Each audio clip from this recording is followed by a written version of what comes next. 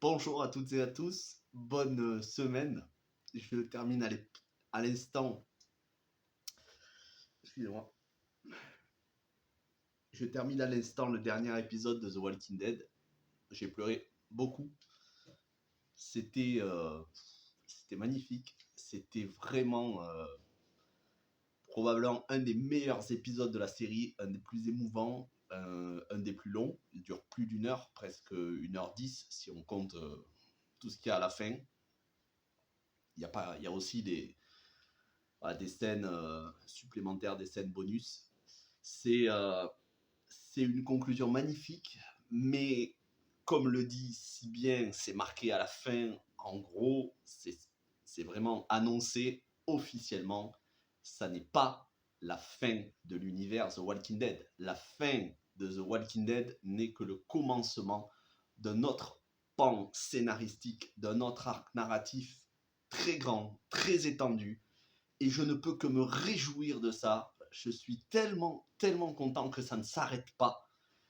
Alors là, je vous le dis tout de suite, je vais pas m'adresser à ceux qui ont décroché The Walking Dead, puisque de toute façon, probablement, vous ne serez pas en train de regarder cette vidéo, et ne vous attendez pas à ce que je vous dise des points négatifs, parce que ça ne m'intéresse pas de dire le négatif, ça a déjà été tellement dit. Et pour ceux qui ne sont pas intéressés, voilà, tant pis pour vous, il n'y a pas de problème. Hein, mais moi, là, voilà, je vais vraiment vous dire à quel point j'ai aimé ce dernier épisode et que je suis reconnaissant au showrunner. Oui, il y a eu des défauts d'écriture, bon, je m'en fous. Euh, je suis reconnaissant au showrunner, je suis reconnaissant à toute cette merveilleuse équipe que je suis maintenant depuis 11 ans, depuis 2011. J'ai découvert la série en saison 2, j'ai rattrapé très rapidement la saison 1 et ensuite j'ai enchaîné. Et ça a été une magnifique, magnifique aventure. Ça n'a pas été de tout repos. Hein. Il y a certains moments, j'ai failli arrêter la série, mais voilà, malgré tout, il y a des épisodes qui m'ont traumatisé. L'introduction de Negan. J'ai pas toujours tout aimé, mais je suis tellement content d'avoir persévéré et d'être allé jusqu'au bout de la série mère, puisque non, ça n'est pas la fin de l'univers The Walking Dead, et il y a eu des spin-offs, et il va y avoir encore des spin-offs, et ça c'est génial. Mais voilà, la série mère, l'histoire se termine, il y a une belle conclusion. Je vais tout vous spoiler, y compris les morts, parce qu'il y a plusieurs morts, et des morts importantes, notamment une mort très importante. Ça a été un très très bel épisode qui bien évidemment surpasse toute la saison, surpasse toutes les saisons qu'il y a eu depuis probablement la saison 5 ou 6. C'est un épisode en 2 parties, même on pourrait dire en 3 parties. Il y a une première partie où c'est la suite de cette saison, et donc la fin du Commonwealth, de la rébellion, de la révolte, de l'invasion des zombies, des rôdeurs, on va dire les zombies, y compris les zombies variants. On met un terme, puis une situation apaisée où on fait une conclusion pour certains personnages, et enfin un time jump, un bond temporel de 1 an, et c'est la conclusion pour bon nombre de personnages, mais pas tous, bien évidemment, puisque comme vous le savez, si vous êtes fan de The Walking Dead, forcément vous le savez, il y a 3 spin-offs. Daryl, qui se passera à Paris, Rick et Michonne, qui vont se retrouver, et The Walking Dead Dead City, avec Maggie et Negan, qui seront à Manhattan. Donc ces personnages-là, il n'y a pas une conclusion définitive pour eux. Pour les autres, et il y en a beaucoup qui survivent, et c'est une très bonne chose, parce que ça aurait été une mauvaise idée d'en tuer beaucoup trop. Pour l'immense majorité, c'est une fin heureuse, apaisée, où on prend le temps. Il y a beaucoup, beaucoup de nostalgie, beaucoup de flashbacks, de personnages qu'on a vus depuis les 11 saisons, et c'était merveilleux. J'ai eu les larmes aux yeux, c'était touchant, c'était poignant, c'était profond. Et donc je commence avec la première partie. La première partie, c'est donc on suit les zombies qui rentrent dans le Commonwealth. Daryl qui amène Judith dans ses bras à l'hôpital. Ils vont être tous bloqués dans l'hôpital. Entre-temps, Jules et Luke donc Luke, c'est Dan Fogler, l'acteur, et sa copine dans la série, qui avait rencontré Jerry Aaron, qui avait été séparés et qui était resté dans la Horde, qui sont arrivés à la fin de l'épisode précédent. Ils vont se faire, elle va se faire dévorer et lui va se faire mordre, mais l'amputation de la jambe ne suffira pas et il va mourir. Et ça va être une scène poignante. On a Connie, Kelly, Yumiko, Magna qui sont à son chevet dans l'hôpital. Voilà, il meurt. Et on a les zombies qui arrivent, les variants qui commencent à casser des vitres avec des pierres. Vraiment, les variants sont plutôt évolués. Ils entrent. Pendant ce temps-là, on a Princess et Max qui vont libérer Mercer. La résistance va s'organiser.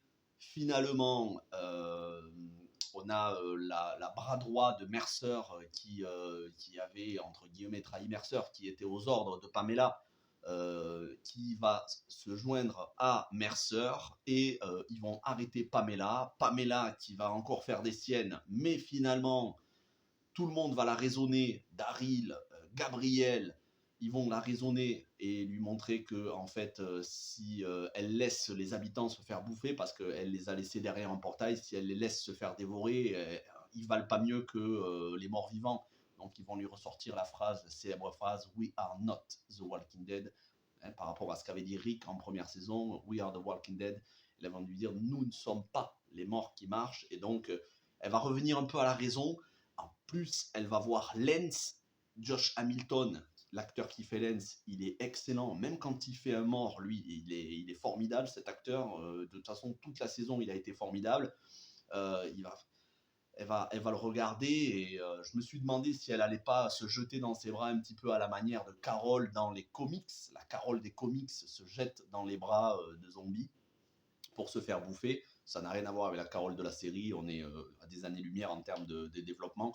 Je me suis demandé, est-ce qu'ils n'allaient pas lui donner cet arc narratif-là? Finalement, non, elle se laisse pas mordre, elle se suicide pas, mais elle va avoir l'arc narratif que son fils Sébastien a dans les comics, c'est-à-dire qu'ils vont l'emprisonner. Et pour elle, c'est quelque chose de bien plus grave que la mort, puisqu'elle perd le pouvoir, elle perd la liberté, elle va rester derrière les barreaux. Mais pendant ce temps-là, Maggie et Negan, après avoir eu une discussion, et ils vont continuer d'avoir une discussion après, Maggie et Negan avaient planifié de tuer Pamela, mais finalement, Negan va dissuader Maggie de la tuer. Donc c'est comme ça qu'elle va aller en prison. Et puis, il y a Rosita, Gabriel, Eugène qui vont aller sauver Coco et qui vont s'échapper. Rosita va tomber, grosse frayeur, mais c'est pas fini parce que oui, Rosita meurt et ça c'est déchirant. Elle va d'abord tomber dans une horde, mais finalement, ultra badass qu'elle est, elle va s'en sortir, elle va défoncer les zombies et elle va sauver Coco, elle va rejoindre, mais elle s'est fait mordre à l'épaule et là on peut pas amputer, on peut pas, c'est au niveau du cou. Et donc on arrive à la deuxième partie où voilà, la situation s'est stabilisée et ça se passe quelques heures après, un jour après, la situation s'est stabilisée. Ils ont fait péter tous les zombies avec des bidons de fuel sur une musique je ne sais plus comment est le groupe, c'est la musique de CM Punk, le catcheur CM Punk, pour ceux qui regardent un petit peu du catch. Je me souviens plus du titre, mais bon, voilà, ceux qui connaissent, vous reconnaîtrez le titre. Et donc, ils ont mis un déclencheur quand la musique s'arrête. Ils ont relié des barils de fuel avec des bâtons de dynamite dans les estates. Les estates, c'était là où était Pamela, cette partie du Commonwealth qu'elle voulait garder en abandonnant le reste. Finalement, c'est là qu'ils vont attirer tous les zombies et ils vont les faire péter dans la plus grosse explosion qu'on ait vue dans la série. C'est plutôt bien fait en plus, les effets spéciaux sont plutôt bien faits. Énorme explosion, les tunnels, on va avoir du feu, les zombies qui vont cramer, qui vont se désintégrer. Voilà, c'est grand feu de joie, mais une explosion énorme. Hein, ça fait la moitié de la taille de la moitié de la ville. Donc voilà, débarrassé de ça, on peut se pencher sur les adieux de Rosita. Et Rosita qui a une fin apaisée. Personne ne sait qu'elle s'est fait mordre. sauf Eugène qui l'a deviné. Elle lui dit, Eugène qui est en larmes, qui est décomposé, mais finalement qui va reprendre du courage et qui va, pour Rosita, il va reprendre du courage et il va garder le moral, il va garder le sourire, et on a cette magnifique scène où on a tous nos héros qui sont en vie, puisque en dehors de Jules, de Luke, et donc qui sont morts, et de Rosita qui est mordue et qui va mourir, tous les autres sont en vie. Et donc on a cette magnifique scène de repas qui fait penser un petit peu à la scène que l'on avait à la fin de l'épisode 1 de The Walking Dead saison 7, quand on avait, je crois que c'était Rick, qui imaginait un futur où Glenn, Abraham et tous les autres ne seraient pas morts et où ils seraient tous à la même table en train de manger. Pour ceux qui se souviennent de la fin de l'épisode 1, alors je ne sais plus si c'est la fin de l'épisode 1 ou 2, mais il me semble que c'est la fin de l'épisode 1, on avait cette scène voilà, que Rick imaginait. Et bien là, on a cette table où ils sont tous en train de festoyer, de manger, ils sont apaisés, ils sont heureux, et on a Rosita qui les regarde avec l'œil bienveillant, avec plein d'amour dans le regard, et Gabriel qui vient, qui ne sait pas qu'elle a été mordue, et qu'elle lui dit je veux pouvoir me souvenir de cet instant pour toujours, et elle lui chuchote à l'oreille qu'elle a été mordue. On voit Gabriel se décomposer, on voit qu'il est désemparé, qu'il est, voilà, qu'il est profondément, il sait pas quoi dire. Et ce qui m'a touché le plus, c'est le regard de Judith, puisqu'elle voit les larmes de Rosita, les larmes à la fois de joie et de tristesse. Elle voit Gabriel et elle passe le visage de Judith, elle passe de la joie, de la bonne humeur, à la tristesse. Elle a compris sans parler dans le regard que Rosita s'était fait mordre et que c'était impossible de la soigner. Et là, on va avoir Carole et Maggie, c'est là où franchement, rien que de vous en parler, j'ai encore la gorge serrée. On a Rosita, non, oui c'est ça, on a Rosita qui va sur son lit de mort, accompagnée par Maggie et Carole qui finissent par le découvrir. Elle finit par leur dire, elles aussi sont décomposées, et Rosita qui a un courage immense. Excusez-moi. Et Rosita qui a un courage immense, qui leur donne tous du courage pour ne pas faillir. Elle a vu enfin le monde s'apaiser. Elle a vu sa famille qui ne sont pas les liens du sang, mais qui sont les gens qu'elle a rencontrés tout au long. Donc ça nous rappelle les 11 saisons, tous les gens qu'elle a rencontrés, tous les liens qu'elle a forgés. C'est vrai que Rosita a été superbement écrite dans cette série, contrairement à la saison précédente où l'écriture était assez catastrophique. Là, elle a été super bien mise en avant, et elle va leur donner le courage. Elle va se mettre sur son lit de mort, tout ça sous le regard bienveillant de Daryl. Elle va avoir Coco, son enfant, à côté d'elle, Gabriel, puis ensuite on va y enlever Coco, et elle va rester ces derniers instants avec Gabriel qui va prier avec elle, et voilà, et Gabriel va partir et Eugène va venir, et elle va mourir en paix avec Eugène à ses côtés, en lui disant voilà, je t'aime, t'es mon meilleur ami, je suis content que tu sois là à la fin. Et Eugène qui va lui dire je ne serai pas celui que je suis sans toi. On se souvient tout ce qu'ils ont traversé, Eugène, Rosita, tout, quand il leur a menti à elle et à Abraham par rapport à Washington sur sa mission, quand il les a trahis pour rejoindre Negan, finalement pour revenir dans le groupe. On se rappelle tout ça, on se rappelle quand Rosita lui a dit vas-y fonce, va au Commonwealth se retrouver celle dont tu es tombé amoureux par radio. Et on a vu le changement de personnalité de Gênes, qui est passé de lâche à quelqu'un de courageux, de badass, et c'est en grande partie grâce à Rosita qui n'a fait que le soutenir, le secouer à certains moments en lui mettant parfois des gifles. Et ce personnage magnifique de Rosita qui méritait tellement une belle écriture, parce que quand elle avait été introduite dans la série, elle était ultra badass, le personnage était assez puissant, et c'est tellement bien écrit pour cette fin de saison. Donc c'est assez poignant, hein, franchement, rien que de vous en parler, j'ai de nouveau la gorge serrée. Mais il n'y a pas que ça. Dans la première partie, on a beaucoup de clins d'œil. Euh, on a notamment quand elle tombe dans cette ruelle avec tous les rôdeurs, ça nous fait penser à la scène de saison 6 où on a Glenn qui tombe de la benne à ordures, là où il y avait l'autre qui se suicide, je ne sais plus comment il s'appelait, il se tirait une balle, et il y a Glenn qui tombait, finalement Glenn se mettait en dessous de la poubelle pour survivre, donc il y a un clin d'œil à ça. Il y a il y a plein de clins d'œil à plein d'épisodes. Et franchement, là, je me souviens plus de tout ce que j'ai vu parce que l'épisode est quand même très très riche.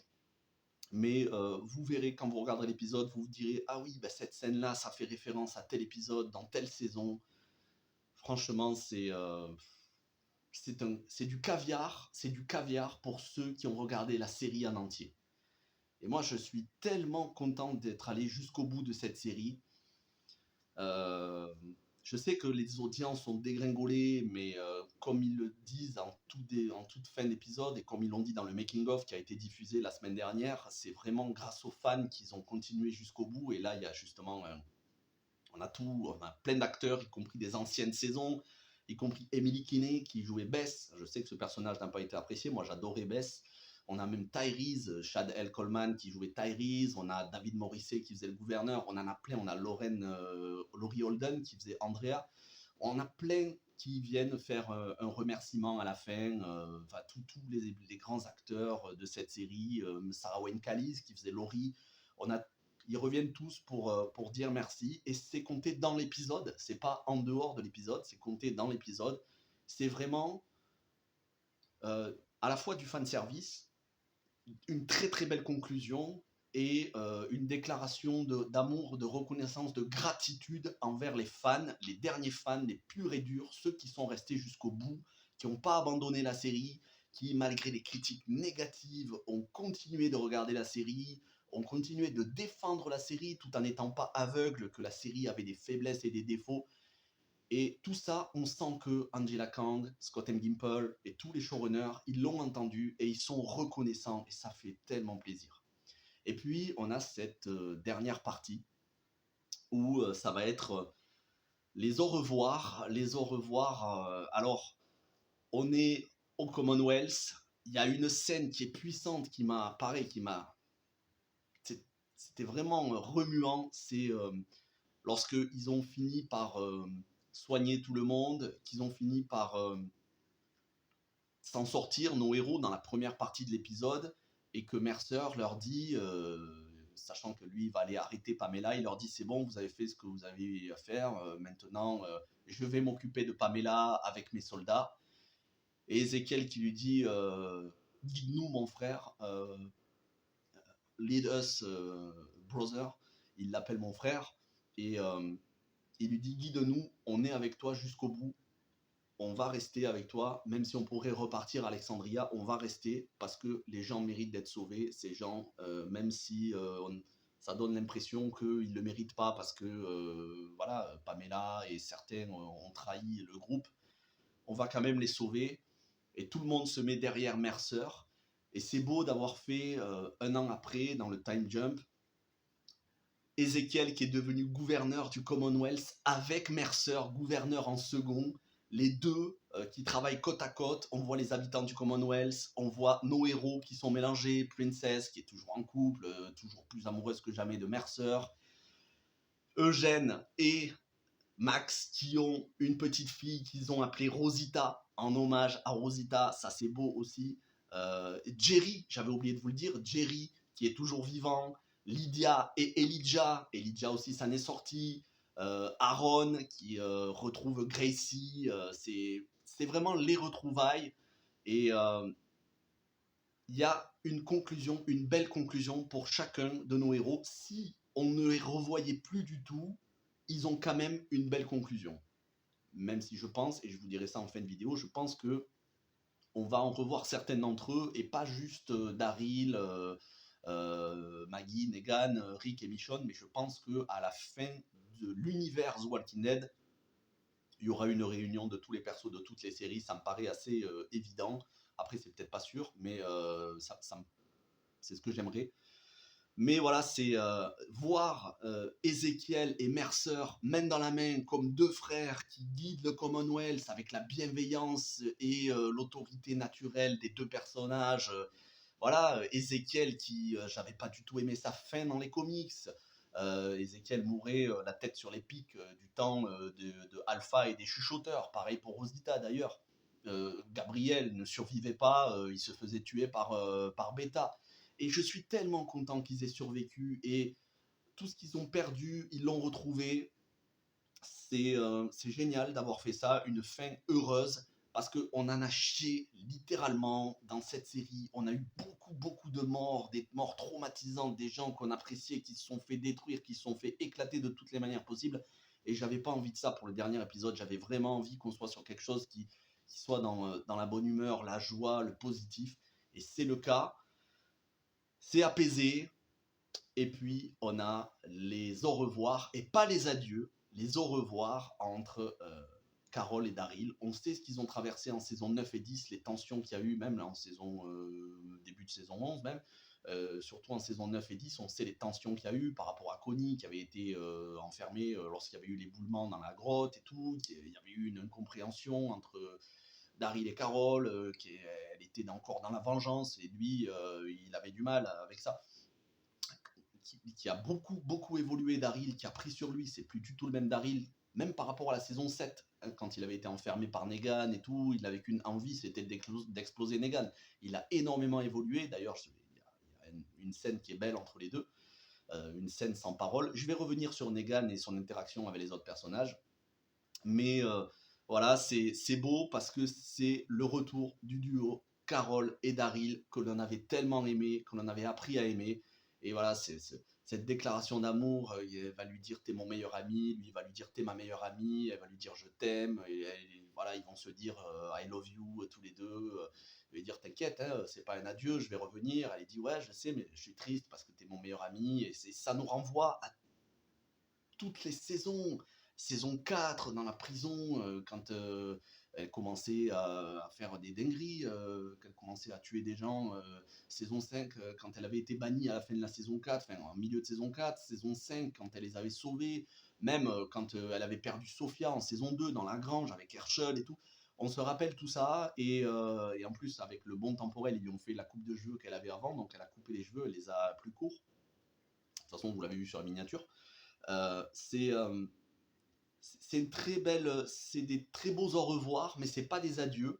Pourquoi c'est des au revoir? Parce que on sait qu'ils devaient être tous les deux dans la série spin-off sur Daryl. Au final, Melissa McBride, l'actrice qui fait Carol, a dit moi, c'est trop pour moi de venir en Europe, puisque le tournage se passe en Paris, en France. Elle a dit je peux pas venir, mais on sait que normalement le spin-off sur Daryl, il y aura plusieurs saisons. Et Norman Reedus, donc l'acteur qui fait Daryl, a dit que voilà, il gardait espoir que Melissa McBride vienne dans la série, peut-être vers la fin, mais c'est pas acté que elle ne viendra jamais. Pour l'instant, elle vient pas. Maintenant, peut-être que elle viendra pour la deuxième saison, ou éventuellement de troisième saison s'il y a une troisième saison. On sait qu'il y aura une saison 2, je crois que ça a été annoncé, mais Melissa McBride, donc Carol, il était évident qu'elle mourrait pas, puisque ça s'est fait au dernier moment. Donc elle reste, et ça c'est bien aussi d'avoir fait ça, elle reste au Commonwealth avec Ezekiel, puisque Ezekiel est le gouverneur du Commonwealth, et on apprend qu'elle a pris la place de Lance qui dirigeait les affaires de la ville, et elle a pris la place de Lance pendant qu'ils ont enfermé Pamela en prison. D'ailleurs, c'est ce qu'elle lui dit, au moment où ils enferment Pamela en prison. Pamela leur dit est-ce que vous allez savoir diriger le Commonwealth? T'inquiète pas, je vais gérer. Et voilà, donc un an a passé. Daryl lui dit je suis fier de la manière dont tu diriges. Voilà, c'est quand même la femme du gouverneur, c'est la femme d'Ézéchiel. C'est d'ailleurs, on se souvient des tensions qu'il y avait entre Ézéchiel et Daryl en saison 10. Il y avait une tension entre les deux, et là ils se prennent dans les bras au moment de se dire au revoir. On sent que les deux, voilà, c'est comme des frères. C'est ça qui est génial dans cette série, c'est qu'on sent vraiment des relations fraternelles. Et d'ailleurs, c'est ce qu'il y a dans le discours de Ezekiel et Mercer à tout le Commonwealth.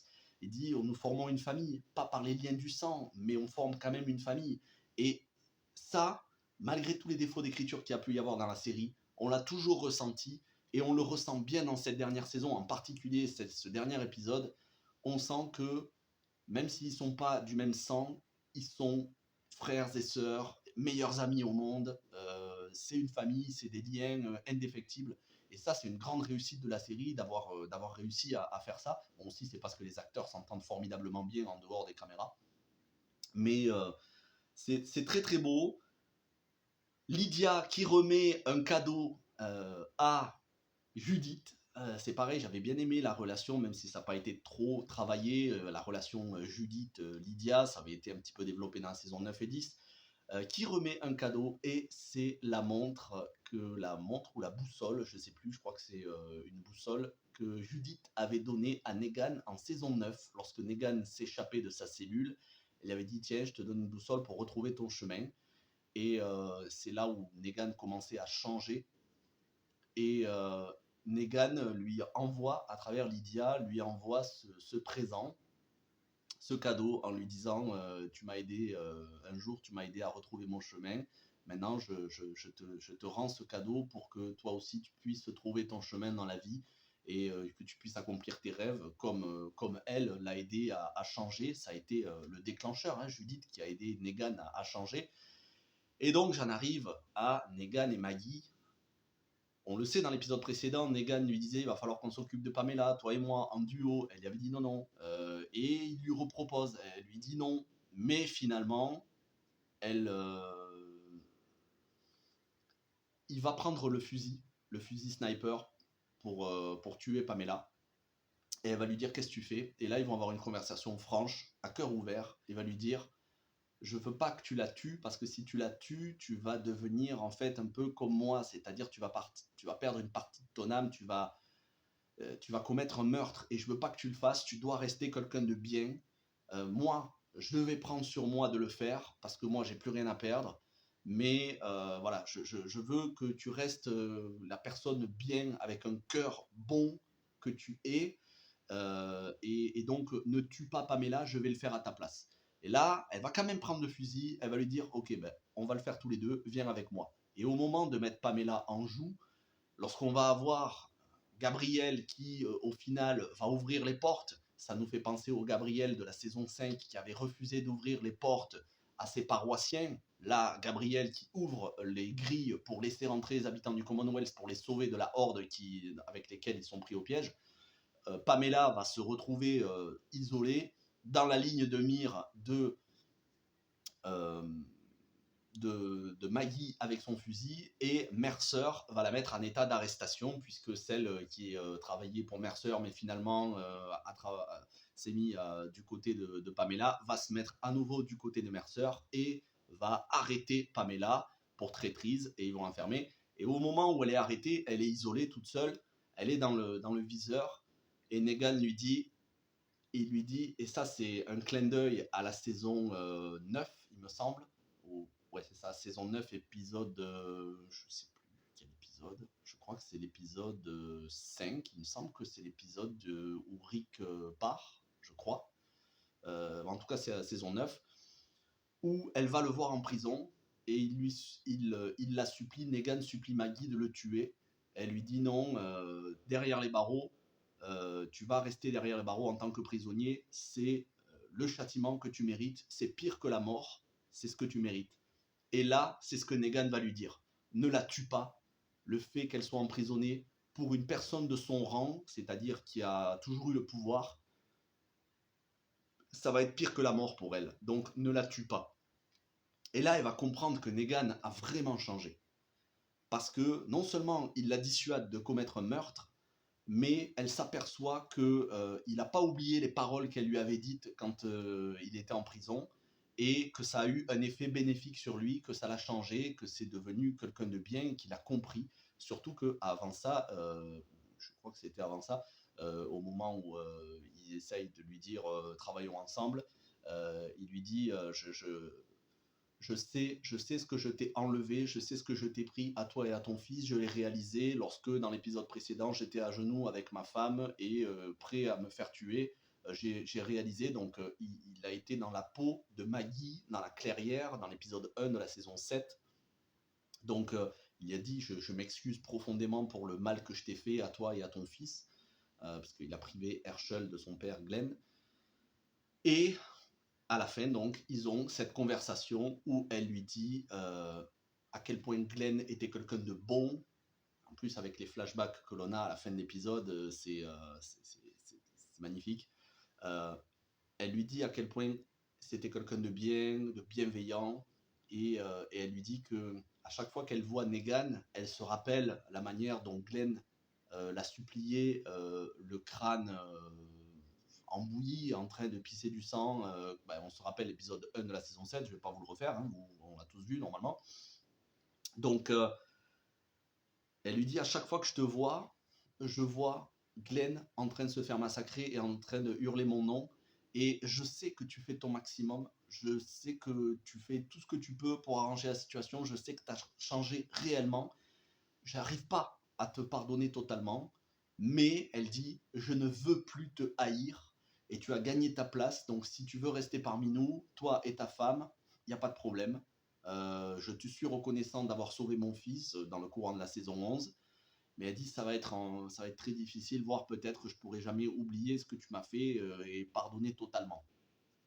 Et il est quand même soulagé parce qu'elle lui dit voilà, je ne veux pas continuer ma vie avec cette haine, cette rancœur que je peux avoir contre toi. Elle lui dit je veux cesser d'avoir de la haine pour toi. Et lui, c'est un soulagement. Bon, on sent qu'il est à deux doigts de pleurer. D'ailleurs, hors champ, à mon avis, il pleure parce que quand on le voit, à un moment donné, la caméra, on voit qu'il commence à pleurer. Et puis après, c'est hors champ. Et puis, il s'éloigne un peu. Et c'est là où je vous disais la scène entre Daryl et lui, la scène du repas. La scène du repas où Rosita est en train de tous les regarder avec bienveillance, sachant qu'elle vit ses dernières minutes, ses dernières heures.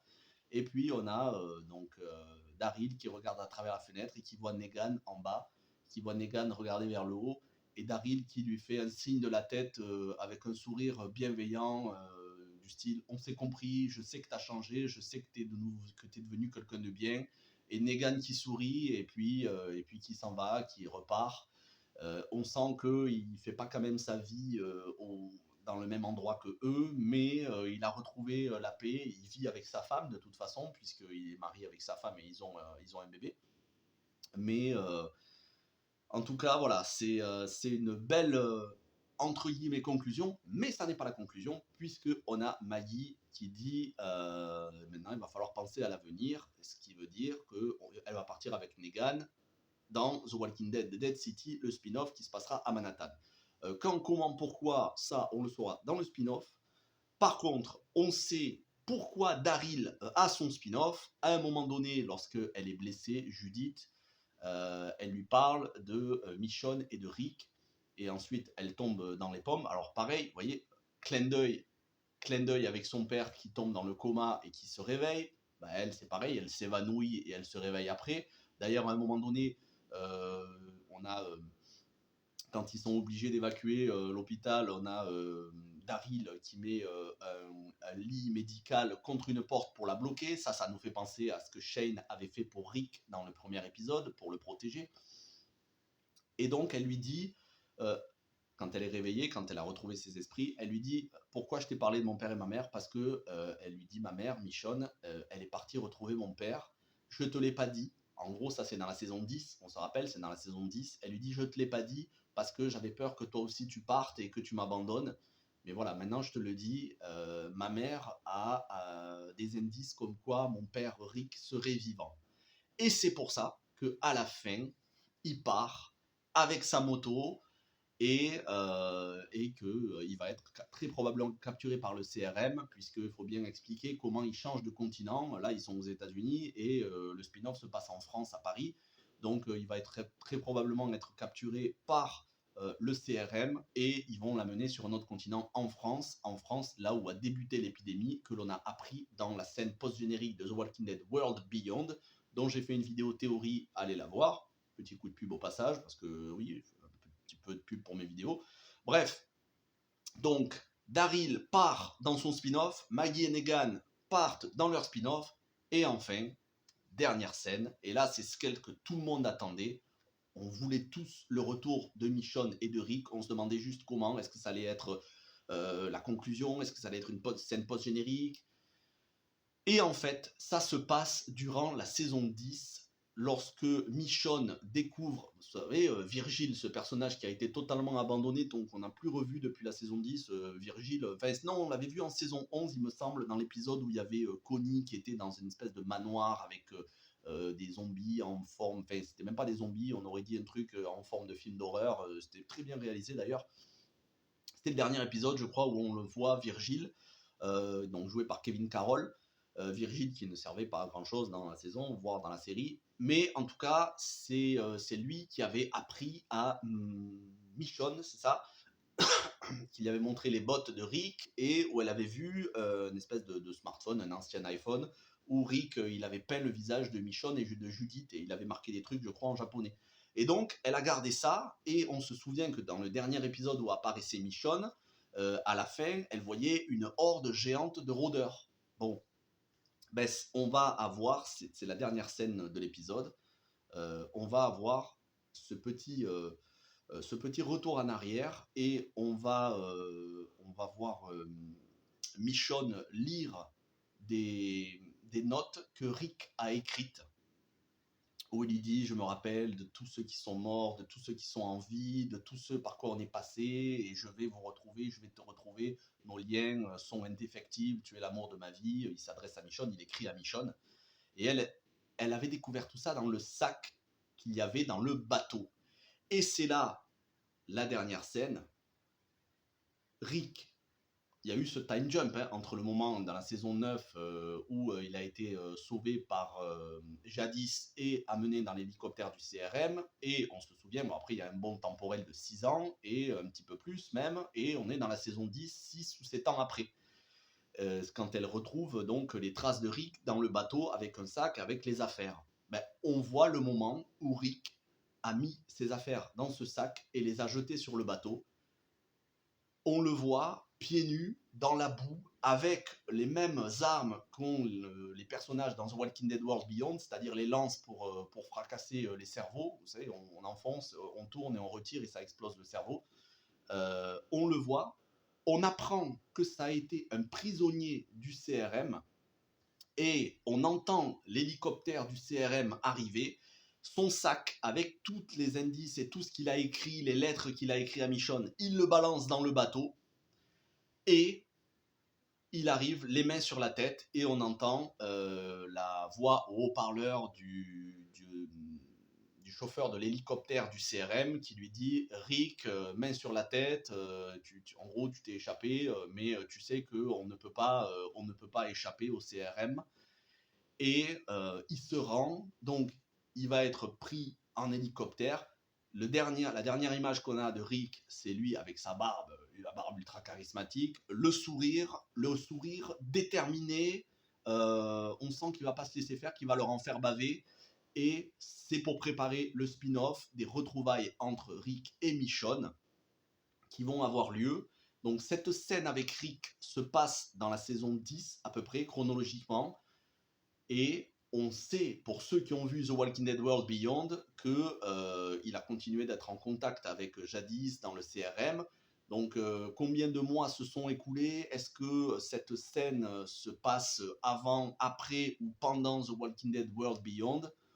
On va tout savoir dans le spin-off sur Rick et Michonne, où ils vont se retrouver les deux contre le CRM.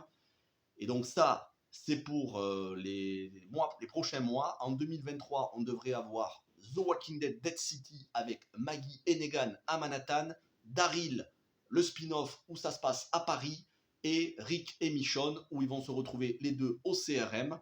Et puis il y a toujours Fear the Walking Dead qui continue. On va être sur la saison 8, il me semble, puisqu'on va avoir maintenant Madison. C'était déjà le cas dans la deuxième partie de la saison 7, mais on a Madison et Morgan qui sont côte à côte. Et tout ça, ça nous est teasé à la fin de la saison, à la fin de l'épisode, en nous disant la série arrive à sa fin, mais la fin n'est que le début. L'univers The Walking Dead s'agrandit et il nous balance les annonces des 3 spin-offs et de la future saison de Fear the Walking Dead pour nous dire que, bah, en fait, on n'est pas au bout de la fin de l'univers The Walking Dead et qu'on va avoir encore une bonne conclusion pour tous ces personnages-là. Et moi, je pense que on va, une fois que tous ces spin-offs seront terminés, y compris Fear the Walking Dead, je pense qu'on aura tous les personnages qui vont se rencontrer. Surtout que dans les remerciements à la fin, on a Lenny James qui joue Morgan. Voilà, d'ailleurs, on a des flashbacks des 11 saisons, puisque c'est le leitmotiv à la fin. Hein, nous sommes ceux qui survivent, nous sommes ceux qui vivent. Et on entend ce mantra avec tous les flashbacks de tous les personnages des 11 saisons. Et on termine la série avec Judith et RJ. Alors RJ, qui malheureusement, c'est le seul petit point négatif, n'a servi à rien dans la série. On ne s'est jamais attaché au... Enfin, en tout cas, moi, je me suis jamais attaché au perso. Je trouve qu'on lui a jamais donné des scènes iconiques, émouvantes et des dialogues intéressants. Lui, c'est un meuble, le pauvre. C'est pas sa faute, mais c'est un meuble. On lui a dit, tiens, tu portes le chapeau de Rick, mais c'est quand même Judith la plus importante. Et donc, on voit Judith qui est installée au Commonwealth, en paix, qui regarde les champs de lavande. Et, euh, et donc, on a toutes ces scènes-là avec ce mantra, nous sommes ceux qui vivent, tous les flashbacks, y compris de Morgan, de tous les persos qu'on a croisés, de Bess, de tout le monde.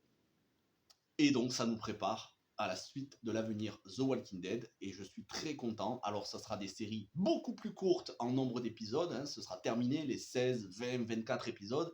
Ce sera 6, 8, 10 épisodes maximum. Mais c'est une très bonne chose. Ça va permettre de faire une réalisation beaucoup plus solide, avec peut-être plus de moyens financiers. En tout cas, on va se concentrer sur les personnages les plus importants, sachant que les autres, on leur a donné une fin, voilà, une conclusion satisfaisante. Maintenant, on va se concentrer sur Maggie Negan d'un côté, Daryl de l'autre, et au milieu Rick et Michonne, qui sont quand même les 5 personnages les plus importants, avec Carol. Mais comme on nous l'a dit, voilà, ils se reverront avec Carol. Et à la fin, Judith, c'est ce qu'elle dit à Daryl, elle dit que elle sait qu'elle finira par être réunie, elle, sa mère, Michonne, et son père, et Daryl, elle lui dit tu mérites une fin heureuse, toi aussi. Donc, normalement, il devrait y avoir une fin heureuse pour tout le monde. Ils vont finir par tous se rencontrer. Mais il faudra attendre la fin des spin-offs. Ce ne sera pas pour 2023, puisque tous les spin-offs arrivent en 2023. S'il y a des saisons suivantes, ce sera pour 2024. Mais nul doute que dans les prochaines années, on va avoir une conclusion totale pour tout l'univers de la série. Mais c'est pas pour tout de suite, et c'est une très bonne chose, parce que j'espère que ça va continuer encore quelques années, parce que j'adore cet univers, c'est l'univers post-apocalyptique que je préfère. Puis c'est la série post-apocalyptique que je regarde depuis le plus longtemps. Donc voilà, c'est ce que je pouvais vous dire sur ce dernier épisode. La vidéo est longue, ça a peut-être été un peu décousu ce que j'ai dit. Mais voilà, c'est au naturel. Je vous ai fait cette vidéo, je l'ai commencé 1 minute après avoir terminé l'épisode. Donc je ne peux pas faire plus critique à chaud, spontané que ça. J'espère que vous la regarderez en entier et j'espère que vous adorerez autant que moi cet épisode. Au mois de décembre, sur la chaîne, le 16 décembre, si je ne me trompe pas, ouais c'est ça, le 16 décembre, il y aura un live que je ferai sur la chaîne où on va revenir sur les 11 saisons, les meilleurs moments, ce qu'on a aimé. Ce ne sera pas un live où on va défoncer la série en disant ouais c'est nul, ça c'est... Non, ce sera vraiment pour se concentrer sur les bons passages. Ce sera de la nostalgie sur les 11 saisons. Et puis sachez que je vais aborder toutes les saisons de The Walking Dead et de Fear the Walking Dead dans des lives séparément, comme je l'ai fait pour la saison 1 de The Walking Dead. Vous pouvez retrouver mon analyse complète en compagnie de mes invités de la saison 1. Il y aura pour la saison 2, 3, 4 jusqu'à la saison 10. Bon, la saison 11, je l'ai abordé épisode par épisode. Je ferai de même pour Fear the Walking Dead. Pour The Walking Dead World Beyond, vous avez ma critique de chaque épisode des 2 saisons. Et puis, vous aurez ma critique de chaque épisode des spin-offs. S'ils sont bien évidemment disponibles chez nous en France. Et pour Tales of the Walking Dead, le spin-off Tales of the Walking Dead, bah, dès qu'il débarquera en France, je vous ferai une vidéo dessus, je vous ferai la critique de la série. Mais voilà, du contenu The Walking Dead, il va y en avoir. Et puis je terminerai avec en vous disant que non, je n'ai pas oublié. Je sais, je vous l'avais promis en tout début d'année, mais cette année a été très compliquée pour moi. J'ai eu beaucoup d'imprévus dans ma vie privée, personnelle, problèmes de santé, mon père qui a été à l'hôpital pendant 3 mois, enfin bref, plein de choses. J'ai pas pu vous faire des reviews de The Walking Dead, les comics, mais sachez que ça arrivera l'année prochaine. Alors, je vous garantis pas qu'il y en aura tous les mois parce qu'il va falloir que j'achète chaque tome. Et comme je suis en train en ce moment d'acheter aussi tous les Tolkien en livre, bah, je peux pas tout acheter d'un coup. Mais il y aura des reviews sur les comics et on fera les 33 tomes et les 2 tomes bonus sur Negan, le préquel et la suite et conclusion sur Negan. Donc ça arrivera l'année prochaine, en 2023. Quand exactement? Peut-être au mois de janvier, peut-être au printemps, mais ça arrivera. Donc merci à vous de suivre la chaîne aussi pour The Walking Dead. Je ne suis pas la chaîne qui parle le plus de The Walking Dead. Vous avez Monsieur Grimes qui est spécialisé lui aussi, qui connaît les comics. Je pense que si vous connaissez The Walking Dead, vous connaissez la chaîne de Monsieur Grimes. Donc, bah, je vous encourage à aller la voir. Et puis moi, je vous dis, voilà, il y aura du contenu The Walking Dead, beaucoup, mais quand ce sera dispo chez nous en France, et puis je prendrai le temps petit à petit, puisque maintenant que la série est terminée, je peux prendre mon temps pour faire des lives d'analyse sur les saisons, puisque je vais me regarder à nouveau la série en entier. Pas tout de suite, parce que j'ai beaucoup de retard sur plein de séries, mais au fur et à mesure, je me regarderai des saisons, et avec mes invités, on vous fera des lives, où on décortiquera toutes les saisons. Donc, ben, merci à vous si vous êtes abonné aussi pour du The Walking Dead. J'espère que cette vidéo sera vue.